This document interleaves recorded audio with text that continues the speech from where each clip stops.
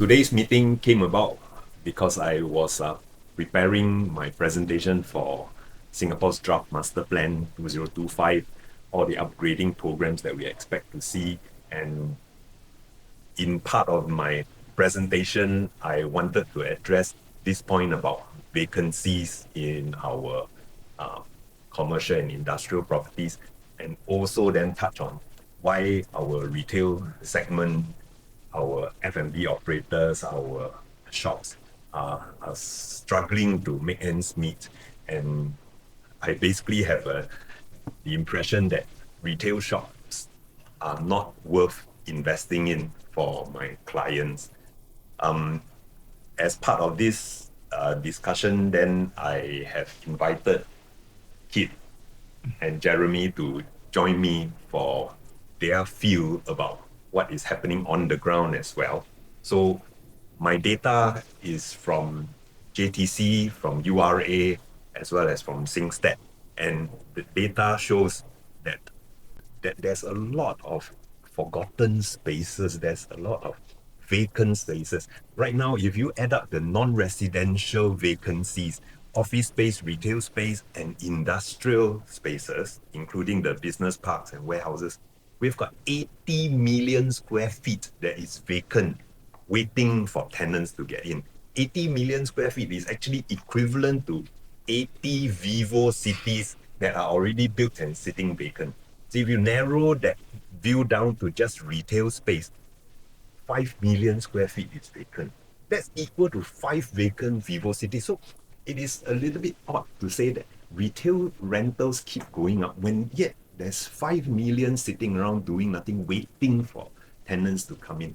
So I'm concerned that the issue that is killing some of our F&B operators and retailers is actually much broader, that perhaps our consumers are really tightening their belts because they've got to pay home loans, because the cost of bringing up children, education, and healthcare is preventing consumers in Singapore from spending.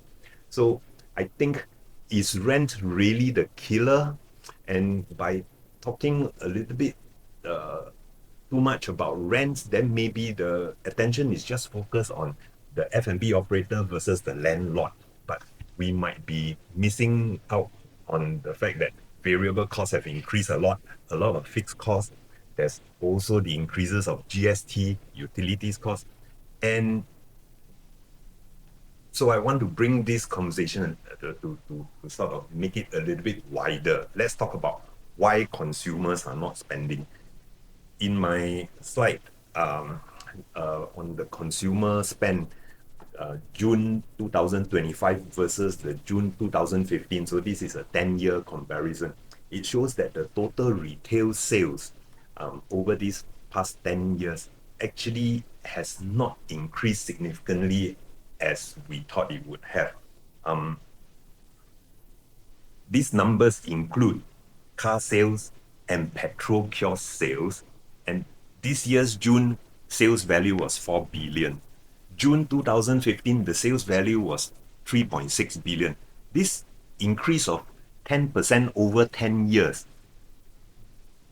is actually nothing compared to increase of GST, increase of input cost, increase in cost of COE and oil price, as well as the 2% GST. Yeah. So all the ingredients have all become more expensive, and yet with higher population, the total retail spend is merely went up 10%. That's 1% per year. In between, GST already up 2%. So, and then when it comes to F&B sales, that's actually even worse, because post-COVID, most of us are now able to, and very conveniently, ordering through delivery methods. And so online sales of F&B has now reached 26%.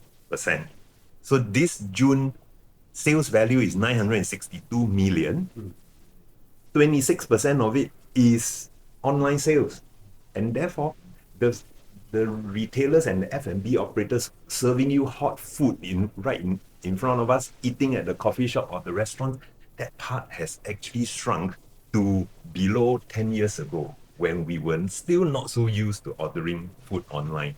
So when I break down the numbers, to take into account the fact that population 10 years ago was 5.4 million, today population is 6 million, an increase of about 10%, then it is quite clear that the per capita spend, the per capita person spending on F&B offline, meaning we go to the restaurant to consume the food, is actually a 18% drop.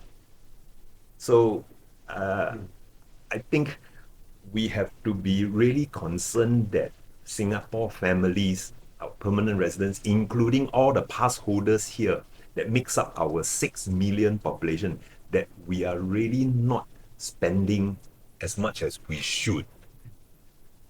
Furthermore, if we were to account for the fact that in 2024, $1 billion of CDC vouchers were given so that it could stimulate spend on the ground, but yet look at consumer spend in the physical shops today. This sickness is a big concern for me, that consumers are tightening their belt so much. So perhaps Keat can give some opinion about why this is happening.